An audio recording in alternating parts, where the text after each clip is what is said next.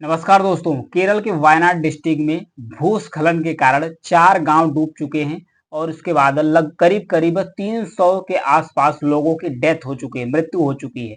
तो आइए इस वीडियो में समझेंगे केरल और हिमाचल प्रदेश में जो भूस्खलन है जिसे लैंडस्लाइड कहते हैं, इसकी असली वजह क्या है और जो लैंडस्लाइड्स होता है ये किस कारण से जो लैंडस्लाइड से होता है, इस वीडियो में पूरा डिटेल से इसको एनालाइज करेंगे।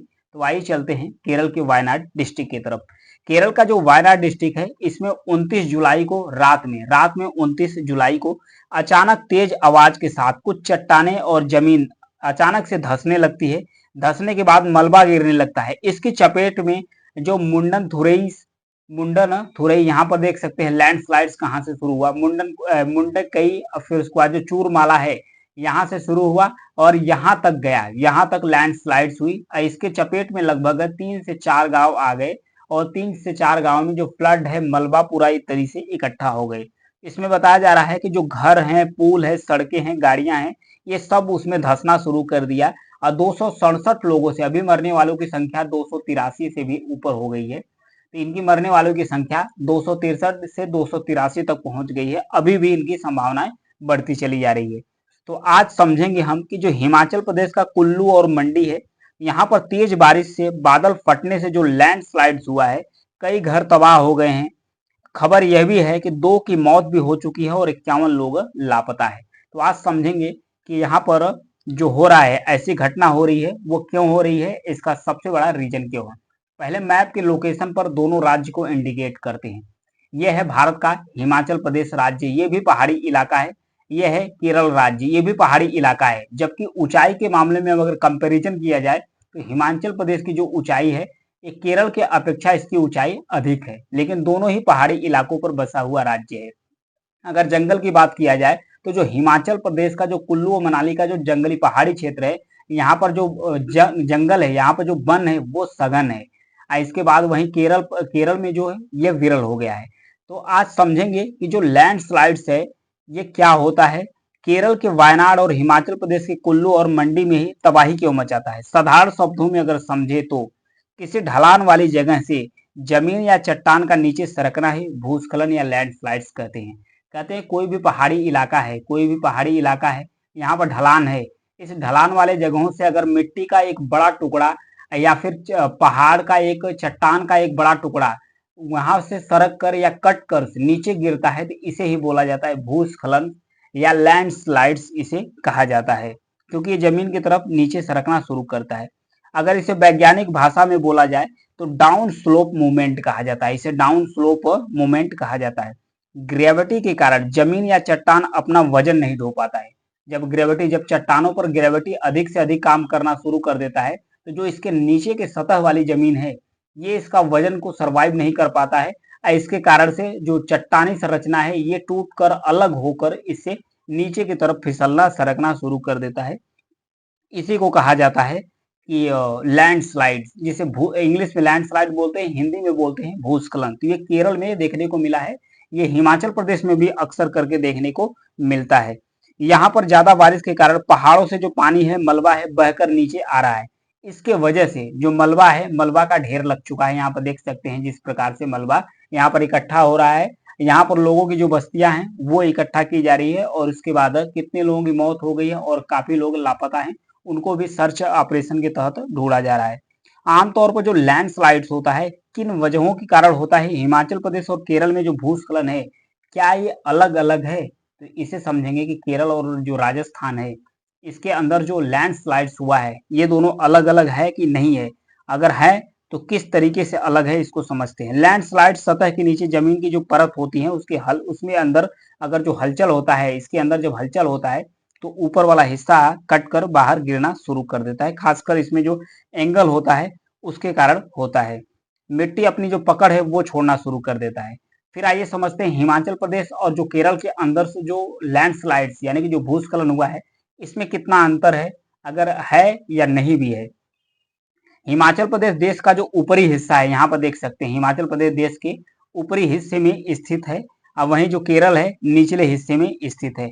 दोनों ही पहाड़ी एरिया है, दोनों में भूस्खलन की घटना देखने को मिलती है, जिसका कारण सबसे ज्यादा है लगातार बारिश होना, क्योंकि यहाँ भी लगातार बारिश हो रही है और वायनाड यानी केरल के अंदर भी लगातार बारिश हो रही है। दोनों जगह पानी के कारण जो मिट्टी का प्रेशर है वो बनना शुरू कर दिया है और जिसकी वजह से अपनी मिट्टी जो पकड़ है वो छोड़ना शुरू कर दी है।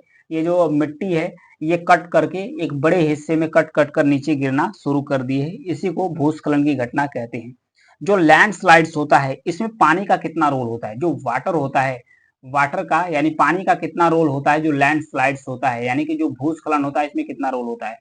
वाटर का काफी अच्छा खासा यानी ठीक ठाक रोल होता है। कैसे रोल होता है, अगर किसी चट्टानी संरचना पर बार बार पानी गिरता है तो जो चट्टानी संरचना है पानी सोख सोख कर इसका जो ग्रेविटी है इस पर और भी भारी होना शुरू कर देता है, इसका जो वजन है और भी बढ़ना शुरू कर देता है। जब पानी सोख सोख कर जो चट्टानी संरचना है या जो मिट्टी वाली चट्टान है ये अपना पानी सोख सोख कर इसका जब वजन अधिक हो जाता है तो जाहिर सी बात है जब वजन अधिक हो जाता है, जब ग्रेविटी काम करता है तो ये लुढ़कना शुरू कर देता है। जब लुढ़कना शुरू कर देता है कटकर गिर भी जाता है तो इसी कहते हैं भूस्खलन यानी लैंडस्लाइड्स। यानी पानी की वजह से भी जो लैंडस्लाइड होता है ये अच्छा खासा मात्रा में ये रोल प्ले करता है। फिर लैंडस्लाइड्स में जो मिट्टी है इसकी ताकत और जो स्लोप एंगल है इसका कितना रोल होता है, इसका रोल भी अलग अलग टाइप का होता है। क्योंकि ज्यादातर जो स्लोप होते हैं इसकी पकड़ मिट्टी का अंदरूनी ताकत पर होता है, डिपेंड करता है। अगर आप देखे होंगे कहीं भी कि मिट्टी का जो स्लोप है सालों से पहाड़ों के रूप में खड़े हैं और उनमें से कोई बदलाव देखने को नहीं मिल रहा है। कई बार सालों पुराने जो स्लोप की मिट्टी है उसकी पकड़ छोड़ देती है तो उसके कारण जो लैंडस्लाइड्स है ये होना शुरू कर देता है। फिर वहां पर जो मलबा का ढेर है इकट्ठा होना शुरू कर देता है। आइए समझेंगे जो लैंडस्लाइड्स होते हैं ये बेसिकली 4 प्रकार के होते हैं। जो लैंडस्लाइड्स यानी जो भूस्खलन होता है 4 प्रकार के होते हैं। कैसे होते हैं, पहला होता है जिसे कहते हैं फॉल्स यानी ढलान कहते हैं। इसमें जो सीधी खड़ी चट्टान होती है ये सीधी खड़ी चट्टान होती है, ये ढलान होते हैं। इसमें जो मलबा होता है ढलान से धीरे धीरे नीचे उतरता है, ढलान के माध्यम से धीरे धीरे नीचे उतरता है, इसे फॉल्स बोला जाता है। दूसरा होता है टॉपल्स। इसमें होता क्या है, जो चट्टान होती है या जो धरती का एक बड़ा हिस्सा टुकड़ा होता है ये सीधे कटकर अलग होना शुरू कर देता है, सीधे कट के अलग होना शुरू कर देता है। एक साथ एक टुकड़ा बड़ा सा टुकड़ा गिरता है तो इसे टॉपल बोला जाता है। इस प्रकार के लैंडस्लाइड्स को टॉपल्स बोला जाता है। तीसरा है स्लाइड्स। स्लाइड्स में क्या होता है, स्लाइड्स में एक छोर के ऊपर से जो मटेरियल होता है, एक छोर के यहाँ पर है, एक छोर के ऊपर से जो मटेरियल होता है ये फिसल फिसल कर नीचे सरक सरक कर गिरना शुरू कर देता है तो इसको कहते हैं स्लाइड्स, लैंडस्लाइड्स। एक होता है फ्लो। फ्लो जब कहते हैं कि जो मलबा होता है वो लिक्विड फॉर्म में हो जाता है, जब लिक्विड फॉर्म में हो जाता है तब ये जब इसका भूस्खलन होता है, धीरे धीरे रिस रिस कर भूस्खलन होता है, फिसल फिसल कर बहकर होता है, तब इस घटना को बोला जाता है फ्लो लैंडस्लाइड्स। जैसा कि फिगर में देख सकते हैं कि जो लिक्विड फॉर्म में मलबा बह रहा है इसे फ्लो लैंडस्लाइड्स का नाम दिया गया है। ये तो हो गया लैंडस्लाइड्स के प्रकार। अब समझते हैं कि जो वायनाड है यानी कि जो केरल का वायनाड डिस्ट्रिक्ट है इसमें जो लैंडस्लाइड्स हुई है इसको जो मानवीय गतिविधियां हैं वो मानवीय गतिविधियों के कारण भी इसमें जो लैंडस्लाइड्स है यानी जो भूस्खलन है इसकी घटना जो बढ़ी है। तो मानव कैसे रोल प्ले करता है भूस्खलन में समझते हैं।